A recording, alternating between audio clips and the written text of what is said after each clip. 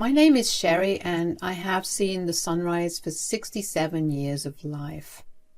I have danced through joy, weathered storms, and learned to cherish the simple things. You see, I was lucky enough to share most of those years with my husband, who was a gem of a person. We had a good run, full of laughter, love, and all that mushy stuff before he left my side. But hey, life moves on, right? Now, I'm living alone in our place, not too far from my son, George's house. George has a family of his own, a wife, Liv, and a 10-year-old whirlwind named Ben. I believe in letting folks spread their wings, so George's got his own space. Now, let me talk about Ben. Oh boy, that kid is something else.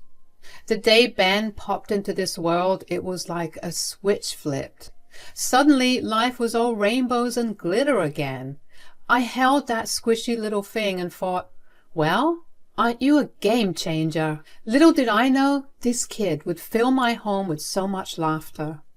We were a happy family. Sunday brunches were our thing.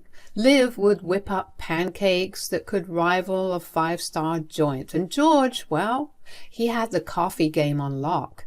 We would sit around the table, sipping Joe, stuffing our faces, and just shooting the breeze. It was the kind of simple happiness that you don't realize you're going to miss until it's gone. Ben was gearing up for starting a new grade. I had made him a promise. New school supplies on the house. There is something about picking up pens, notebooks, and backpacks that gives me a kick. Being an old lady, my thrills don't come from wild adventures, but from the simple joy of making someone smile. I loved giving Ben presents, not just because I could, but because an old woman's got to have some fun with her money, right? Seeing his eyes light up when he unwrapped a little surprise was like hitting the jackpot for me. It was not about the fancy stuff. It was about the excitement, the anticipation of something new. I had promised Ben I would go to the store with him myself, but I wasn't feeling well, so I dropped the money at his house so he could go shopping with his parents. 1 week later, I got a call from Ben. "Hey, Grandma!" "Well, hello there, little munchkin. How's it going?" "I missed you today. I'm sorry we had to cancel our brunch." "Oh, sweetheart, I missed you too. But your dad treated you right. What did you guys end up doing?" "Yeah, he took me to the Cheesecake Factory instead. I wish you were here." "Next Sunday, same time, we will make up for it, okay?" "That sounds awesome, Grandma. School's about to start and I'm kind of nervous." "Nervous? You are going to rock it, Ben. A new grade is a new adventure. You will make new friends, learn cool stuff, and who knows, maybe even find a secret passage to the cafeteria." "Yeah, that would be cool. I wanted to actually ask you something. School starts in a week and I need to get my books and school supplies. My friend got this super cool backpack and I was hoping I could get one too." "Well, I wish I could go there with you myself, but you know I can't." "But your parents will make sure you go to school in style." "Yeah, but what about the $2,000 you promised me? I think you forgot to send me the money." "Oh, sweetheart, I think there has been a misunderstanding. I dropped an envelope at your place just last week. Maybe talk to your mom about it." "I did, Grandma. I don't think she received it." "Oh, no. Well, I will have a talk with your parents about it. We will get it sorted out." "Thanks, Grandma. I had personally dropped that envelope at George's place last week. George and Ben were out on some adventure at the park. I did not stay long, just enough to hand over the goods and exchange a few laughs with Liv. I made sure the money reached Ben. It was a promise I intended to keep. When Ben mentioned not receiving it, I could not help but wonder. Liv had the envelope. Maybe she misplaced it or it slipped her mind. Life gets busy, so I decided to call Liv.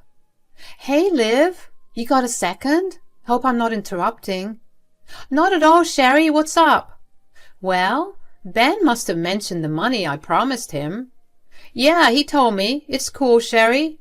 We are not on a tight budget or anything. If you can't spare the money, George can manage to get him the stuff he needs. What do you mean? Did you lose the envelope or something? What envelope, Sherry? The one I dropped at your place last week. Sherry, you must be kidding me. You did not drop any envelope at my place. But I did. George and Ben were off having fun at the park, and you were home alone. I barely stayed for 5 minutes, but I made sure you had the money. Sherry, I'm sorry, but I think it's all in your head. Didn't you start on that new medication for your migraines? Maybe the meds are messing with your head. Maybe you should talk to your doctor. I really don't remember any envelope, and I don't want you getting worked up over something that might not have happened. Liv, I distinctly remember giving it to you. Something is not right here. Let us be real here. You are getting older, and sometimes memory slips happen. Maybe you were confusing things. Let it go. Maybe you dropped it somewhere else, or I don't know. I've got things to do. Let us not make this a big deal. I could not shake off the feeling that something was off about the whole envelope saga. I mean, Liv insisting it never happened? It seemed impossible. Why lie about such a simple thing? Then it hit me. Maybe she lost it and did not want everyone to know she goofed up and blame her. People do that, right? The thing is, I'm certain I dropped off that envelope. I don't usually do e-transfers, but this time I sent the money straight to George's account. I had to make sure Ben got what he needed for school. A promise is a promise. But I needed to get to the bottom of this, so while I went to brunch the next Sunday, I brought up the topic again. Grandma, thanks for the cash. I will show you what I got after we finish eating. Ben, remember to chew with your mouth closed. You are a big boy now. Haven't I taught you table manners? George, I've been waiting to talk about this. I'm sure Liv filled you in. Yeah, Mom, I'm concerned. You've been forgetting things. Maybe it's a good idea to talk to your doctor. I could go with you. Can't you guys understand? I didn't make up a story. I remember it clearly, George. Have you ever known me to make such a big mistake? $2,000 does not just grow on trees. The money's gone. But at least I need to know what happened. Sherry, are you suggesting I'm a thief? Come on, hon. Let us not take it that far. Can we just finish eating? Liv, I'm not saying you stole anything, but that money vanished, and I am certain I gave it to you. I just want to understand what went wrong. Sherry, I've said it before. I didn't get any envelope. Mom, let's not let this ruin dinner. We'll sort it out later. After we had our food, I accompanied Ben to his room, and he eagerly showed me all the stuff he got for school. It warmed my heart to see him so excited, and I could not help but feel a sense of joy knowing I could do something special for him. However, as happy as I was, thoughts about Liv lingered in the back of my mind. Why was she deflecting, making it sound like I was blaming her for something? I never accused her of stealing. Hey, Ben, about what we talked about earlier, I just want to make sure you know everything is good between us. It was just a little mix-up. I don't think your mom's up to anything sneaky. No worries, Grandma. I know Mom's not stealing or anything. She usually asks me when she needs money. Thieves don't do that. What do you mean? Your mom asks you for money? Well, sometimes Mom needs some extra cash, so she asks me and I give her the money you give me. Oh, I had no idea. Yeah, it's like our little secret. Just promise you won't spill, okay? I trust you. Absolutely. By the way, what happened with the money I gave you for the PlayStation last month? Did Mom use that too? Is that why you did not buy it? Nah, she didn't touch that, but it was not enough. What do you mean? I checked online and threw in some extra bucks. No disrespect, Grandma, but $200 were not cutting it for the PlayStation. I was scratching my head about this whole money mystery. I sent Ben $600 last month and he was telling me he only got $200? Something did not add up. I had handed the money to Liv just like I always did. But was she pocketing the extra cash? It made no sense. George and Liv were not struggling for money. They were well off. Liv paraded around in those designer clothes and bags you see in fancy stores. Why on earth would she swipe money meant for her own kid? The confusion was too much for me to take in. I did not bring it up right away because I needed to make sure I had my facts straight. So I just went home without saying a word, keeping everything normal on the surface.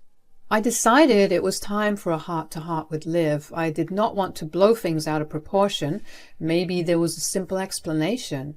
I mean, we all make mistakes, right? There could be a valid reason for what was going on, and I did not want to embarrass her. After all, she was a mother to a young child, and there is no room for unnecessary drama or hatred in family matters. I just wanted to sit down, have an open conversation, and hear the truth. People stumble sometimes and make mistakes. It does not matter if they're 10 or 50. It doesn't necessarily mean they have a bad heart. It was a regular weekday. Ben had started with his new grade and George was at work. So I decided to pay Liv a visit. "Sherry, what are you doing here?" "Just a quick chat, Liv. Will not take much of your time." "All right." So Ben mentioned something that has been on my mind. He claimed he only got $200 for the PlayStation last month, but I distinctly sent $600. I gave you the money. "Oh, Sherry, can't you just drop it? If giving my son money bothers you so much, maybe don't give it to him in the first place." "It's not about that. I can't ignore it when I feel something's off. Look, I have noticed a pattern, Liv. I give you money and Ben ends up with less than what I sent, and this time he got none of it." "You are making up stories, Sherry, and really trying to say that I have been stealing? That's low." "I don't want to accuse you, Liv. I just need to understand. Is everything okay with you? How's George treating you?" "Stop right there. You think you know me inside out, entering my home accusing me of theft? I'm done with this, Sherry." "Liv, just listen. People make mistakes. Maybe there's a reason behind why you are doing this." "Oh, the wise Sherry, always trying to be the bigger person, hoping I will confess to whatever you think I did. Fine, yes, I've been taking the money. I want nice things for myself. It is that simple. It's not about George treating me poorly. I just want more. Your broke son can't afford expensive things for me. All my friends show off their fancy bags and clothes. On my birthday, all I got was roses, a card, and some stupid cheap heels." "Liv, you're talking like a kid. Why compare yourself to your friends?" "I don't care if I sound childish. I did the whole relationship, marriage, and baby thing with George. It is not for me. I don't even think I love George in the first place. I don't care about him or what he thinks. I'm just with him because I have nowhere else to go. My parents hate me, and George is giving me a free house, food, and occasional gifts. And the best part is I don't have to work a single day. I'm going to use every last penny that he has till my last breath." "I can't believe it. How can you be so selfish? My son has done everything he can for you. He looked after you, never pushed you to work, took you on trips, secured this lovely house, and emotionally supported you throughout. I know the kind of person I raised. Maybe that's not enough. Stop meddling, Sherry. George is in love with me. He will believe anything I say. I can take as much money as I want. No one will believe an old hag like you. Maybe I'll suggest putting you in a retirement home. Honestly, I wish you were dead because you have always gotten on my nerves. Now get the hell out of my house." I could not believe how wrong I was about Liv. I thought she was going through a tough time, but it turned out she had no respect for my son, George, or their marriage. It felt terrible, and it was not just about the money she took. Liv seemed like a real threat to my son's happiness. I felt stuck, torn between wanting to protect George and not wanting to cause trouble. Ben, my grandson, added another layer of complexity. I could have told George everything right away, but I needed him to believe me, and I did not want to jeopardize his relationship with Ben. Liv's behavior was bizarre after that confrontation. In public she acted all friendly, but when we were alone, she would roll her eyes and make nasty faces at me. It was like she hated me. George was completely under her spell, and that worried me. So I decided to come up with a plan, something that George could not ignore. Liv's charade needed to end, and I had to make George see the truth for himself. I hatched a perfect plan, thinking it was time Liv faced the consequences.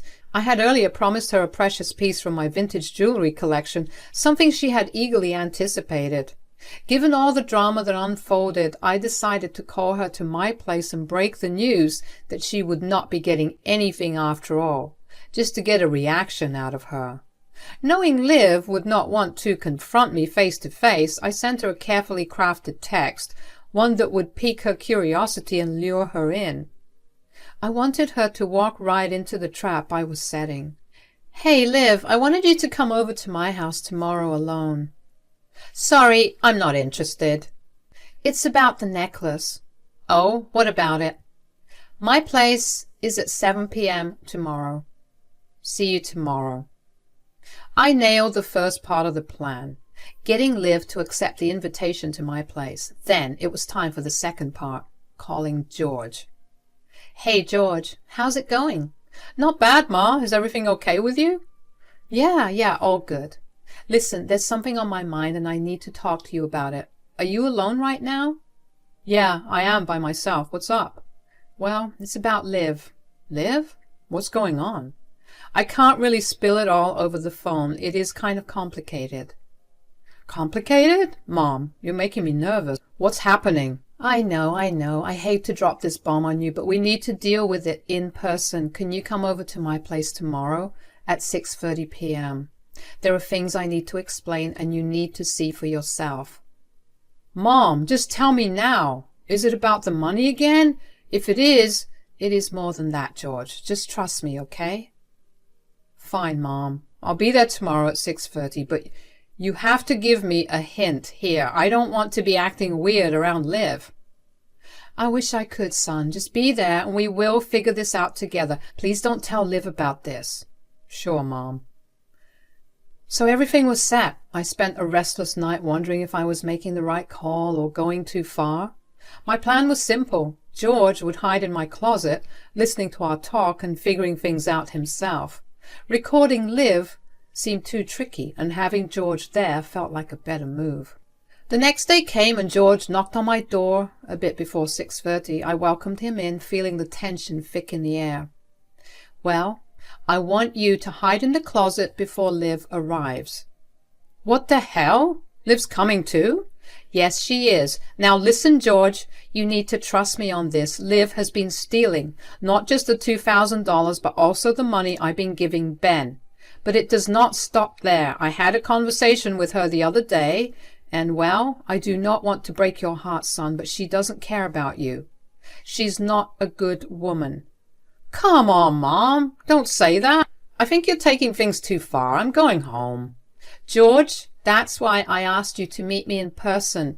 I knew you would not believe me. Now get in the closet. It is just a few more minutes. If you hear her say something weird, we have got all the proof we need. If not, come out after she leaves. You can be mad at me later, but please just give this a shot." George gave me a defeated look. The doorbell rang a few minutes later, and he reluctantly slipped into the closet. I answered the door to find Liv and brought her into my room. "So, what have we got in here? Am I finally getting the necklace?" "Hold on, I brought you here to say that it is not yours." "Seriously? You said I would get it on our anniversary after you got it polished." "Yeah, and you still expected me to give you the necklace after you declared your marriage means nothing to you?" "Oh, come on now, Sherry. I'm going to admit I meant what I said, but it is not like I'm going to get a divorce from George. Where will I go? Who's going to look after me? George might be a dummy and a huge loser, but he has some advantages. You are not going to get rid of me, Sherry. I'm always going to be your daughter-in-law. Who knew opening that envelope and stealing the money would be like Pandora's box for me, but here we are. I have another piece of news for you. I talked to my lawyer to change my will after that little conversation you and I had the other day. You will not be getting a single penny from me now. You have already stolen enough. Wow, really? But I think it slipped your mind that your foolish son is still going to treat me with the money you leave for him. It is a win-win situation for me anyway. I have had enough of you. I think I'm going to talk to George about putting you away in a retirement home. She's not going anywhere. Liv and I were so engrossed in our conversation that neither of us noticed when George stepped out of the closet. Liv's face turned pale, and a visible nervousness washed over her. The shock was evident in her expression. "Honey, what are you doing here? This is not what it looks like."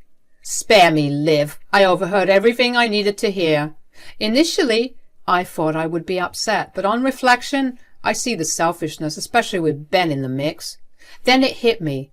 I was in the closet and I pulled out my phone to record your conversation. It might come in handy when I take this to court." "Smart move, son." "George, please, I don't know what got into me. I love you. If we divorce, where will I go? What about Ben? He'll be devastated." "I can't pretend everything is fine every day. Plus, you are a bad influence on Ben. What am I supposed to say to him? How can I trust him with someone like you?" "George, you need to think about what's best for Ben." "Mom, I'm sorry for not believing you. Liv, I have given my all for us, hoping for a bit of love in return. Frankly, I'm quite disappointed. But get one thing straight. This marriage is over." "George, I can explain. Please, your mother's clearly the problem here. She set up a trap for me and I fell right into it. It's not my fault." "I think it is time for you to get the hell out of my house, Liv. Today is a special day as my son, George, has won custody of Ben. It makes me wonder what might have happened if I had not pursued the money issue with Liv. George decided to divorce Liv after all, but seeing George's victory in court, I am glad I took a stand. The court saw Liv as unreliable, granting George custody and limiting Liv's visitation rights. It was not just about the money, it was about ensuring Ben's future was not negatively influenced. We sat Ben down and explained the situation without revealing the harsh truth about his mother. Surprisingly, he is handling it well, showing remarkable maturity for a young boy his age. George, on the path to healing, has been through a tough journey. I'm going to be there for George and Ben for as long as they need me. Liv is the same old person, and she attempts to make calls to George, playing the victim card, asking him to show her some mercy, but none of that is working. I guess all that went down turned out for the better, and my only wish is that my family finds love again.